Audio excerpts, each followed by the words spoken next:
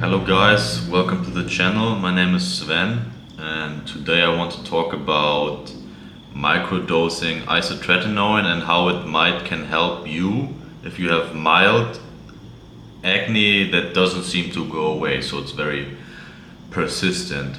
Or maybe you're even like a bodybuilder or someone that uses PEDs and you want to prevent acne breakouts before they even happen, because if you're into PEDs, you are very likely to trigger some acne.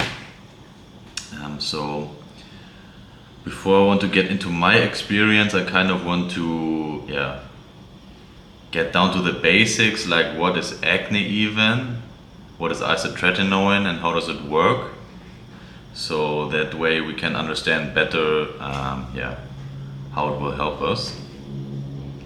So what is acne? First, to understand that you have sebaceous glands at the hair follicle and they produce something called sebum to hydrate your skin.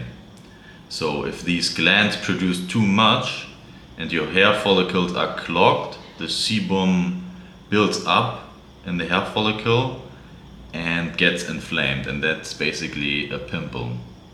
So when you naturally just have oily skin, thick skin, it can happen that you just have all your life like acne, mild but persistent, like myself too. So what is isotretinoin? Isotretinoin, or you might know it under the brand name Accutane if you're from the States, or like a different brand name, but they all have the active ingredient isotretinoin. And isotretinoin is basically a derivative from vitamin A, retinoid.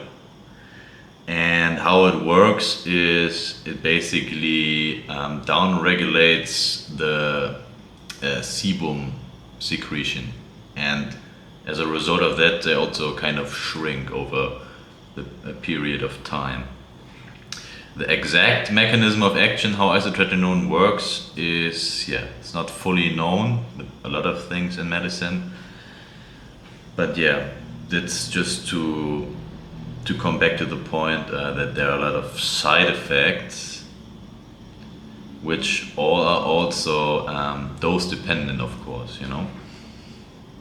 So traditionally, when isotretinoin first came to the market, there was the idea of you need to reach a cumulative dose, or also a specific dose per day, which is like 0.5 to 1 milligram per kilogram per day. So, and the idea behind this traditionally is you throw so much of this compound at the sebaceous glands that they atrophies or miniaturize so much that even after discontinuing, you will still have less sebum production, and therefore like a complete cure forever. Now this, in most cases, just doesn't happen. It might help like getting less severe breakouts, but in most cases there are also a lot of relapses. And to this I also want to talk about a study from 2015 from the International Society of Dermatology, where they researched the importance of the cumulative dose. So what they found there was that the cumulative dose actually didn't have any impact compared to like a low dose course that is not with a 0.5 to 1 milligrams per kilograms of body weight per day.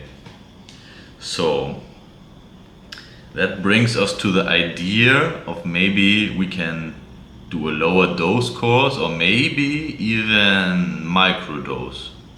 So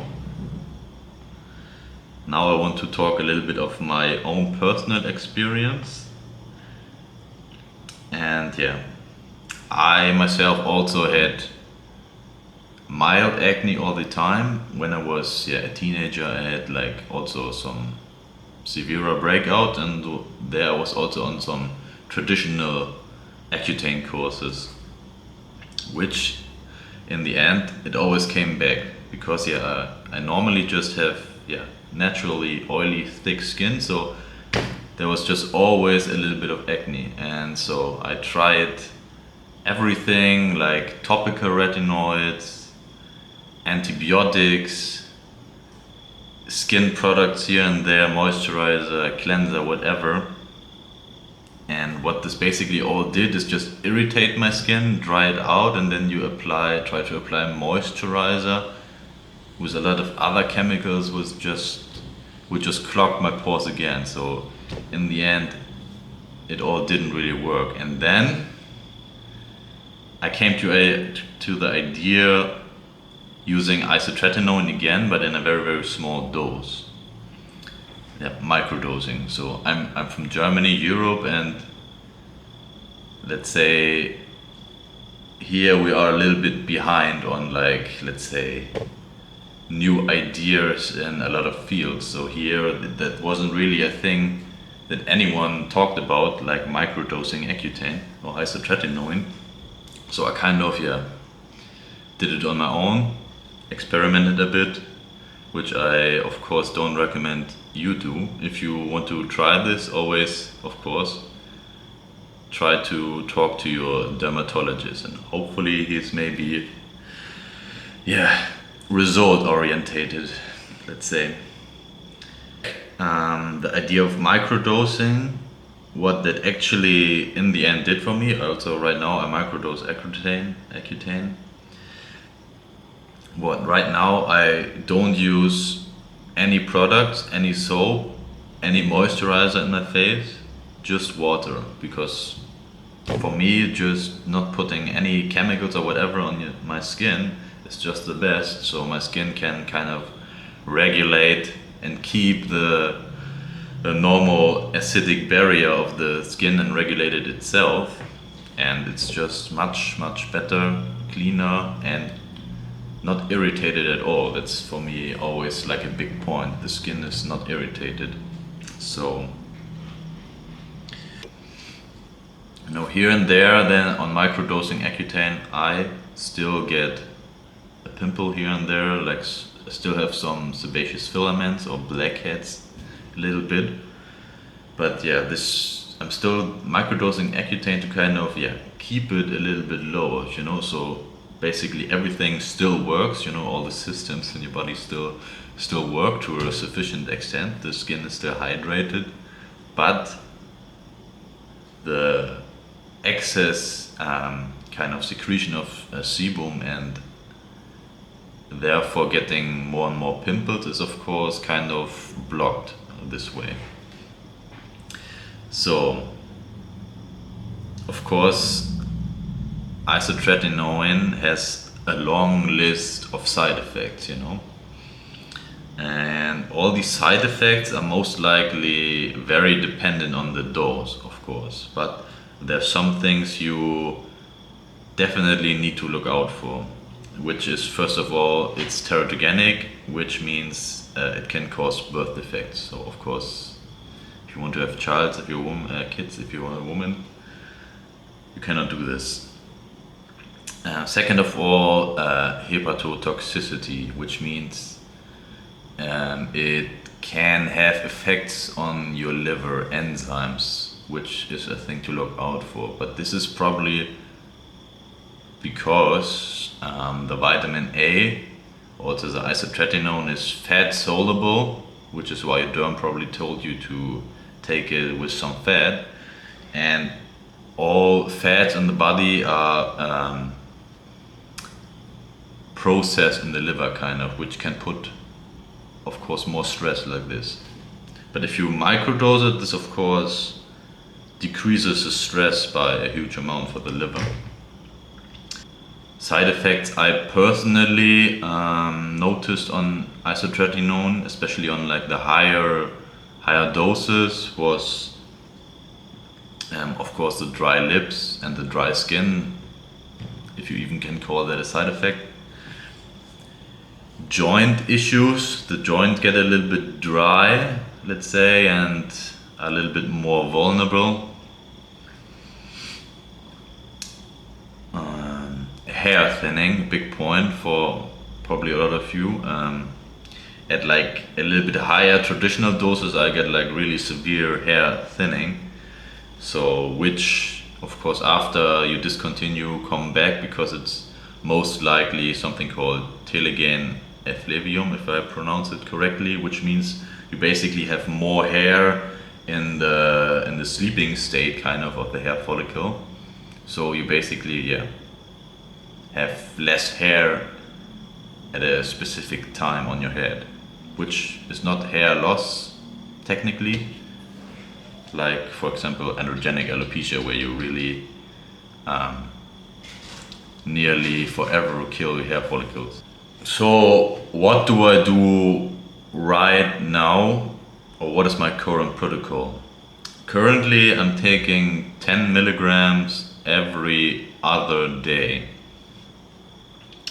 Okay, and this, I found this kind of to be the sweet spot right now between not having any side effects and still having the benefit of basically preventing any acne formation, you know, which goes above or beyond one pimple, you know.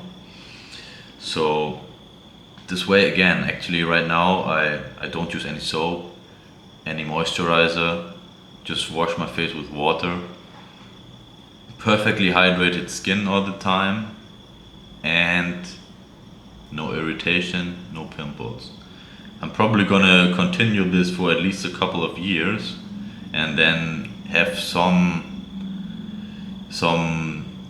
experiments, let's say again, where I try to come off and see if it works without, you know, because in the end, of course, if you don't need it, you shouldn't take it. And you should also, before you try microdosing isotretinoin, you should try other things like the topical retinoids, maybe even changes in your diet.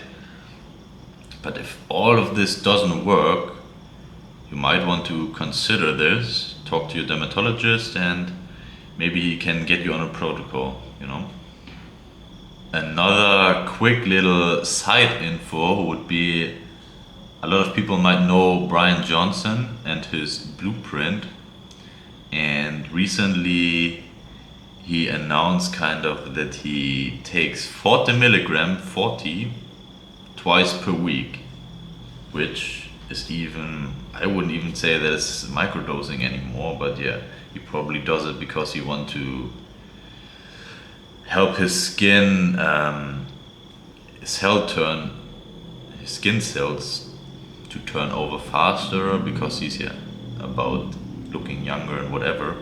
And it does have some anti-aging effects, because again, the cell turnover in your skin is faster. You get the outer layer of your skin, of dead skin cells, gets thinner.